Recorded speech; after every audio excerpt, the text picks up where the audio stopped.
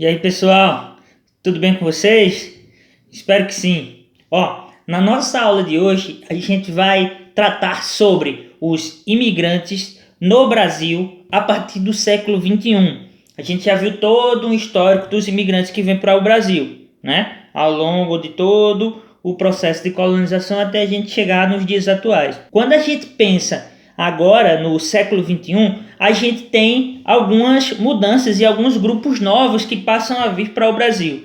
E aí eu vou mostrar alguns postais para vocês e a gente vai tentar discutir e trazer algumas informações sobre de onde que vêm essas pessoas. Primeiro, este postal aqui.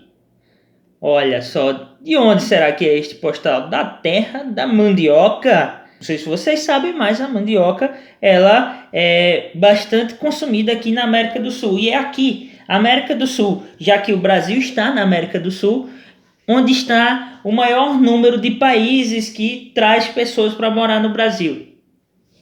Entretanto, esse número poderia ser maior, assim como é o movimento entre os outros países, entre a maioria dos outros países aqui na América do Sul. Por quê? Porque a gente tem a diferença dos idiomas, não é verdade? A maioria dos países da América do Sul falam espanhol, enquanto o Brasil fala português. A grande pergunta é, qual é a motivação dessas pessoas que vêm para o Brasil, desses imigrantes, e para onde que eles vêm? Isso é uma pergunta fácil de responder com este postal aqui, ó, uma bela ilustração do cartunista Angeli. E aí, de onde vocês acham que vem e para onde vem? Para onde vem ficou claro, né? Para a nossa maior cidade, a cidade de São Paulo. A gente tem aqui o maior número de pessoas que vêm para esta região, para a cidade de São Paulo, são ainda hoje de bolivianos, certo? Pessoal que mora e vive na Bolívia se muda para o estado de São Paulo para trabalhar principalmente em malharias, em fabricos de roupa. E, infelizmente, um dado muito triste, muitos foram encontrados em situação de trabalho análoga à escravidão. O que é isso? Semelhante à escravidão.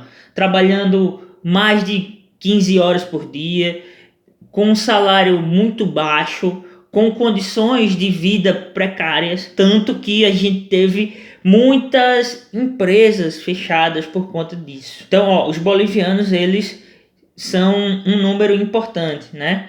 Já foram registrados mais ou menos um número de 110 mil bolivianos no Brasil, que vieram tentar a vida no Brasil. Outro dado também importante, outro grupo importante, é de pessoas que vieram principalmente para morar na região sul, não apenas em São Paulo. Curitiba tem sido um destino atrativo para esses imigrantes. De onde será que eles vêm? Vêm também do continente americano, mas dessa vez da América Central. Mais especificamente da América Central Insular, das ilhas, de um país chamado Haiti, ou Haiti. O que é que aconteceu? Esse país ele vem sofrendo ao longo de toda a sua história, ao longo da colonização, como um país muito pobre, como um país que foi muito explorado e também com desastres naturais. Terremotos e furacões costumam acontecer naquele país. Recentemente houve um terremoto muito forte que destruiu muitas estruturas da cidade de Porto Príncipe, a capital do Haiti, fez com que fosse necessário ajuda humanitária neste país. E o Brasil, referência na ajuda humanitária no período, por conta da presença de Sérgio Vieira de Mello. Uma dica para vocês, quem ainda não viu e tem acesso à Netflix, dê uma olhada lá no filme Sérgio com o Wagner Moura. Conta a história desse diplomata brasileiro que trabalhou no Timor-Leste e ajudou a fazer com que o Timor-Leste deixasse de ser uma região submissa e se tornasse um país livre, certo? Pois bem, com toda essa atuação do Brasil com missões de paz, o que houve? O Haiti ele acabou sendo ajudado pelo Brasil. As missões da ONU levaram muitos soldados brasileiros para lá. E isso fez com que a impressão do brasileiro fosse um lugar bom para se viver. Ainda mais porque nesse período a gente tem, entre os anos 2003 e 2013, nessa década, o Brasil ele cresce muito no cenário econômico mundial, ele se torna uma grande referência entre os países emergentes e acaba sendo um destino interessante para essas pessoas. Aqui em Curitiba, em outros estados da região sul, os haitianos vêm para trabalhar em serviços, ainda que formais, né, empregos formais, mas de pouca remuneração. Por exemplo, garçons, atendentes de restaurantes. Eu já estive uma vez em Curitiba e fui atendido por um atendente do restaurante haitiano, né, falando português com bastante dificuldade, porque no Haiti se fala francês. Então, ele parecia estar aqui há pouco tempo. Tem também outro grupo, né? A gente já viu os bolivianos e a gente já viu os haitianos, ambos que vêm por conta de dificuldade. É uma migração espontânea, mas com vários indicadores que a gente poderia chamar de imigração forçada. Extrema pobreza no caso da Bolívia e pobreza mais desastres naturais no caso do Haiti. Mas nem só de tristeza vem essa aula. Existe também um outro grupo que vem em boas condições e vem para ocupar altos cargos. Mas será que não é só tristeza isso? Dependendo do ponto de vista, pode ser. Dica número 1.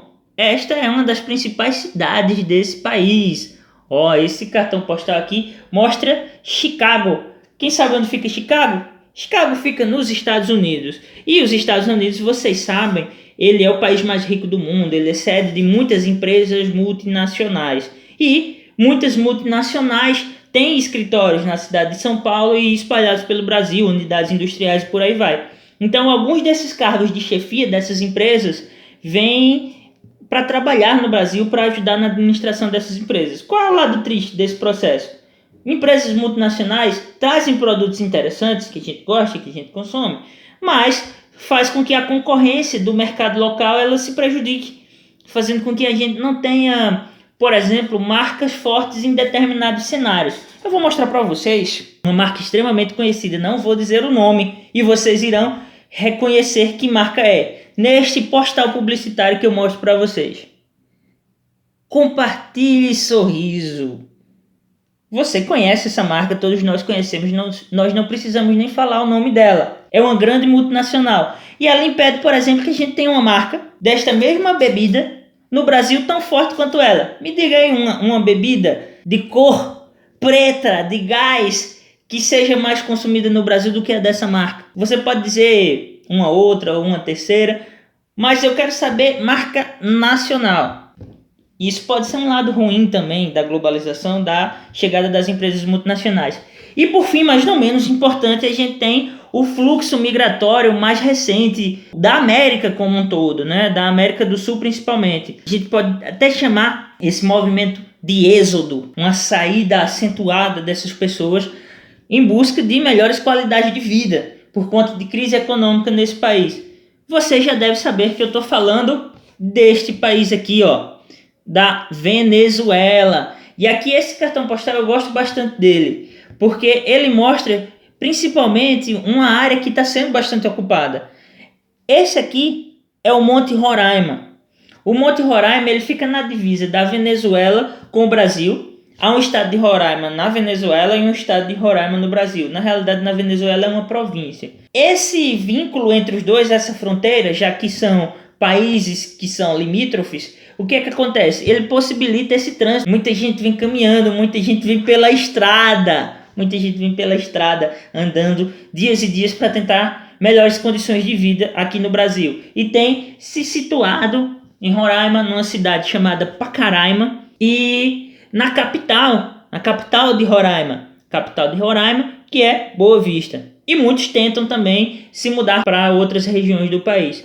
E a gente tem também outros grupos, principalmente de países da América do Sul. Argentina, Uruguai, Paraguai, Chile. E este aqui, a terra de uma das maravilhas do mundo. Esse aqui é Machu Picchu, que fica onde? Na Terra das Lhamas. E onde é a Terra das Lhamas?